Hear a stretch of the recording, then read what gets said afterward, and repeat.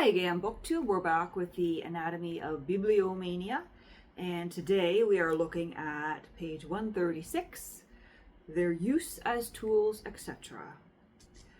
As tools, they need no explanation. That is their business. They are not creative powers in any sense, merely helps, instruments, tools. Quoting there from J.S. Blackie's Self-Culture. And when bookmen alight upon those true moving works which make them happy and wise, they do well to name their books bridges or ships, because they have carried readers safely over dark morasses and barren oceans into the heart of sacred cities, into palaces and temples. Quoting there from Emerson's Society and Solitude. In like measure, they are engines of war, fighting men's battles in place of armies. The king to Oxford sent his troop of horse, for Tories own no argument but force. With equal care to Cambridge books he sent, for Whigs allow no force but argument. Quoting there from Sir W. Brown's Book Lovers anthology. Sir Edward Burne-Jones argued that books were of no use to a painter save to prop up models in difficult positions, and for that purpose he acclaimed their value. So also have they been used as stools to sit upon and to raise the height of chairs. Gautier had no other use for Plutarch in folio than as a press for creased and crumpled engravings, or to put under children who would not otherwise be able to sit at table. Coventry Patmore received from his father one of the greatest rebukes he could remember, for taking from its place a thick old Bible to enable him to sit more conveniently at dinner.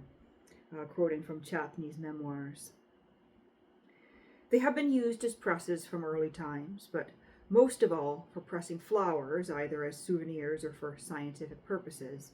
Samuel Pepys visited John Evelyn at Deptford and was shown his Hortus Hyemalius, leaves laid up in a book of several plants kept dry, which preserve colour, however, and look very finely, better than any herbal. Samuel Butler, the nimble-witted author of Irwin, made careful researches into their use as writing desks in the reading room of the British Museum, a sloping desk being necessary to his habit of composition. For weeks he experimented with sundry poetical and philosophical works. Without finding his ideal desk, at length, more by luck than cunning, he lit upon Frost's Lives of Eminent Christians, which he found the perfection and ne plus ultra of everything that a book should be. But ill fate befell him, for when he visited the museum next, the book had disappeared, and he could not write until he had found a substitute.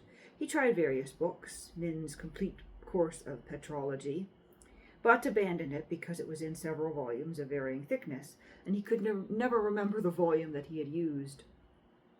Bede, in Gill's Anglican Fathers, although in 4 volumes, was not open to this objection. Yet, for some unstated reason, inadequate, he turned therefore to Mather's Magnolia, which promised well, had not the binding displeased him. Curtin's Corpus Ignatium was too thin, Baxter's Church History of England, Lingard's Anglo-Saxon Church, and Cardwell's Documentary Annals, though none so good as Frost, were deemed of considerable merit. Norton's Genuineness of the Gospels he did not like taking, as it was just possible someone may be wanting to know whether the Gospels were true or not, and be unable to find out because he had got Mr. Norton's book.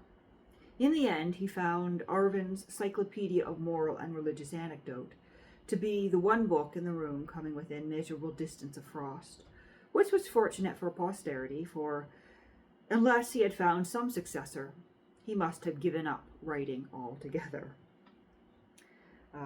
And we have a footnote here from S. Butler's Quis Desidero, Essays on Life, Art, and Science, published in 1904, referencing pages 3 to 11, and also a footnote from Great Book Collectors.